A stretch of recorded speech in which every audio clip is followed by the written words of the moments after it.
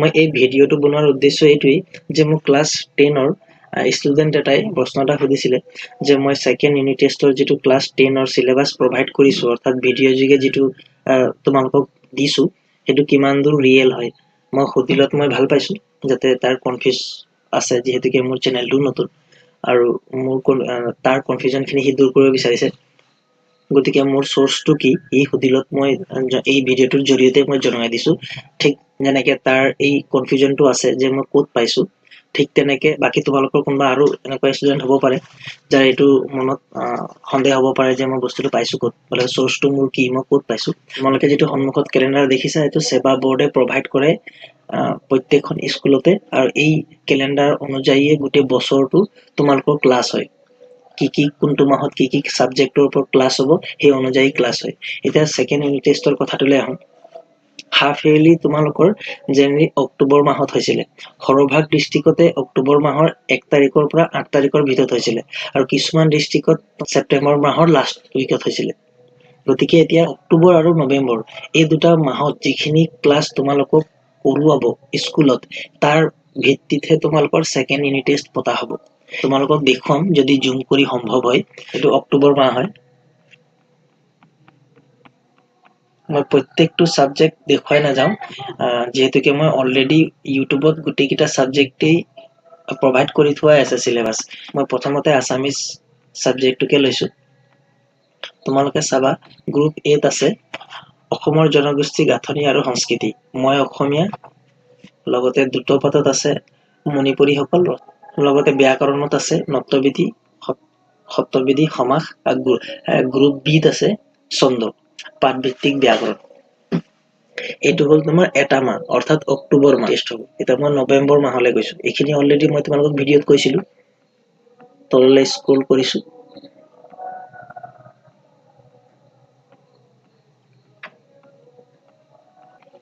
এটা নৱেম্বৰ মাহ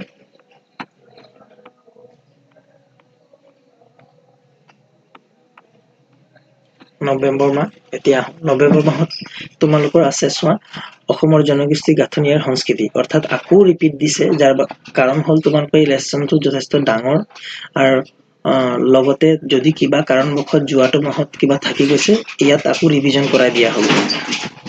বেলেগ লেসন দিয়া নাই লগতে আছে দৃষ্টান্তৰ আৰু দ্ৰুতপাতত আছে ৰাভাসকল হাজোংসকল আৰু ৰচনা আছে লগতে ভাৱ সম্প্ৰসাৰণ সন্ধি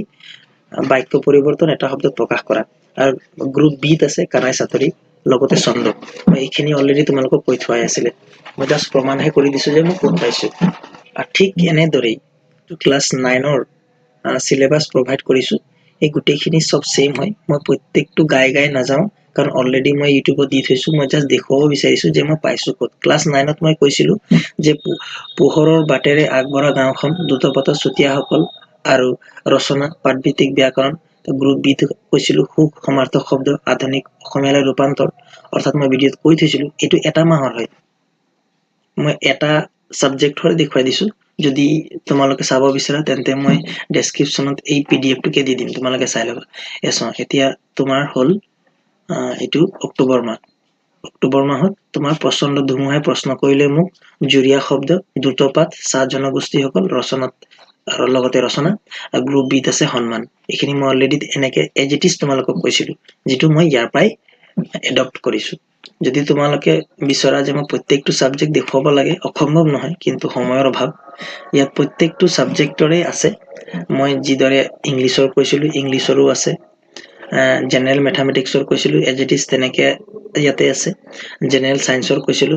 এজ ইট ইজ তেনেকে আছে সোশ্যাল সায়েন্সৰ মই কৈছিলো ঠিক তেনেকে ইয়াত আছে গতিকে মোক যিজন লৰাই ফোন কৰি সুধিছিলে তাক মই এই ভিডিঅ'টোৰ জৰিয়তে জনালো লগতে যিসকলৰ কনফিউজন আছে তেওঁলোককো জনালো আৰু এই পিডিএফটো মই তোমালোকক ডেসক্ৰিপচনত দি থৈ দিম তোমালোকে ডাউনলোড কৰি লবা আগন্তুক এছএছএলসি পৰীক্ষাত তোমালোকৰ সহায় হ'ব আৰু লগতে কথা এষাৰ কৈ থৈ দিম তোমালোকে যদি সম্ভৱ হয় তেন্তে চেনেলটো সাবস্ক্ৰাইব কৰি লবা মই আগন্তুক এছএছএলসিৰ বহুত গুৰুত্বপূৰ্ণ টপিক আলোচনা কৰিম, লগতে সাম্ভাব্য প্ৰশ্ন উত্তৰো দিম, আৰু লগতে কাষত থকা বেল আইকনটো ক্লিক কৰি ল'বা যাতে মই ভিডিঅ' আপলোড কৰাৰ লগে লগে তোমালোকৰ তালৈ নটিফিকেশ্যনটো যায়। কাৰণ তোমালোকে চেনেলটো ছাবস্ক্ৰাইব কৰিলৈ তোমালোকে সেই মুহূৰ্ততে মই আপলোড কৰাৰ মুহূৰ্ততে তোমালোকে ভিডিঅ'টো নোপোৱা, যেতিয়ালৈকে বেল আইকনটো ক্লিক কৰি নাৰাখা। গতিকে অনুৰোধ কৰিম যাতে তোমালোকে বেল আইকনটো ক্লিক কৰি থোৱা। ধন্যবাদ।